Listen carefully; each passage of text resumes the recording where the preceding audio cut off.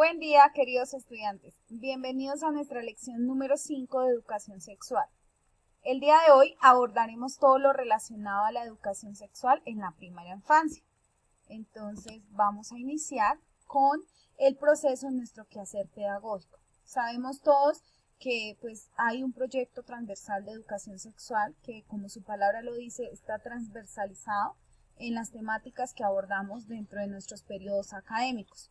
Por esta razón es importante entender que el conocer el material, saber que la persona está articulada en 3 dimensiones, tanto en lo espiritual, en lo psíquica y en lo somática, pues es así que la sexualidad forma parte de la persona como un componente esencial y no como un añadido. Entonces, por esta razón es importante empezar desde los primeros años hablar sobre este tema con nuestros niños, con nuestras niñas, enseñarles qué es educación sexual, y para esto entonces debemos abordar esta palabrita que, si bien es cierto, es muy importante, que es la sexualidad.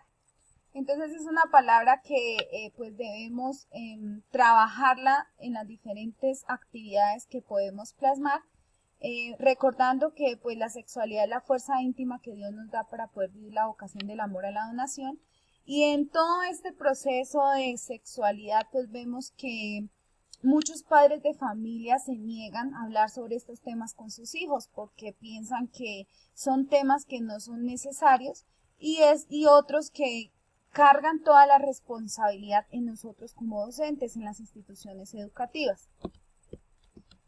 Es importante también saber que lo que se siembra en la infancia y en la adolescencia se recoge en la edad adulta. Entonces por eso es importante empezar desde niños a trabajar, a abordar todos estos temas, a brindar esa amistad para que los niños y las niñas puedan desenvolverse con nosotros, nos puedan contar de pronto si están sufriendo por algo, si les está pasando algo en su familia, en su contexto del colegio, en sus diferentes contextos. Bueno, para abordar toda esta temática con nuestros estudiantes, entonces es importante enseñarles a ellos que todo parte del amor, ¿cierto? Que es la vocación fundamental e innata de todo ser humano, ¿sí?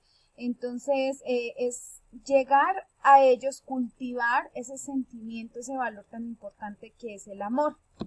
El respeto también es importante.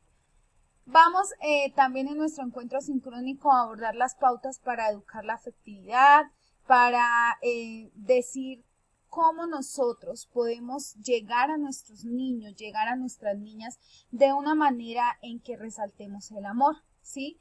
Y también es importante estos temas trabajarlos con los padres de familia, porque muchas veces nosotros podemos hacer todas las cosas en el colegio, pero si no hay un trabajo en equipo con familia, no nos va a servir todo el proceso.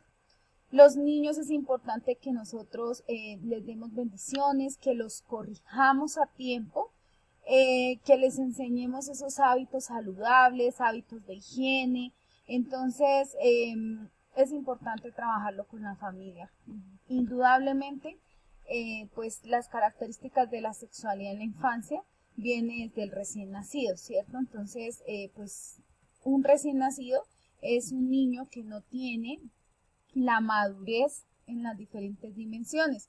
Los primeros 6 años de vida son decisivos en todo este proceso.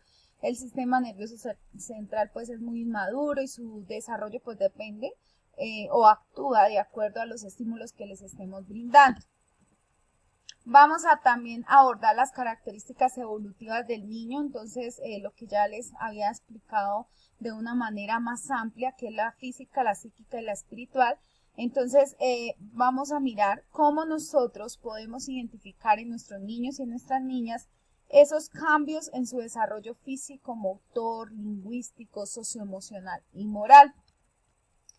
Hay unas características puntuales evolutivos del niño, les estoy hablando del desarrollo físico y motor, del desarrollo lingüístico, del desarrollo socioemocional. Entonces en clase las vamos a abordar detalladamente. Acá también pues les tengo un esquema en el que les voy a explicar cuáles son esas pautas que tienen nuestros niños y nuestras niñas en el crecimiento de acuerdo pues a la terminología de sexualidad. También les voy a explicar un poco sobre las características de los niños que pues tienen conductas de pronto, por ejemplo, de rabietas, que tienen conductas de desarrollo socioemocional, de desarrollo moral. Entonces es importante abordar todas estas temáticas.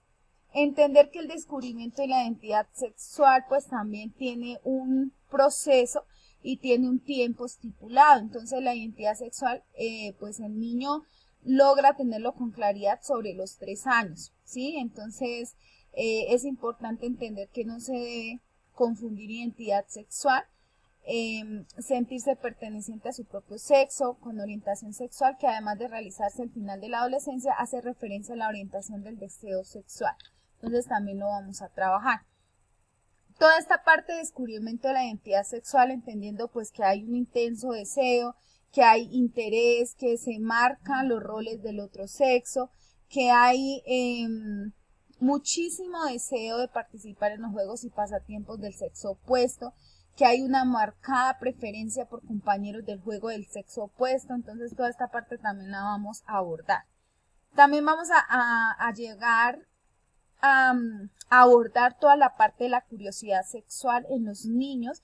Vamos a mirar cuáles son esas curiosidades sexuales que pueden presentar nuestros niños y vamos a mirar también cómo nosotros podemos abordar todas estas temáticas con nuestros pequeños y transmitir como seguridad en cuanto a la información que les estemos brindando, o también para llegar a ser pues como una fuente de comunicación con ellos y poder saber de pronto muchas cosas que les están pasando en otros lugares o en el mismo colegio, que de pronto pues somos ajenos a esa información.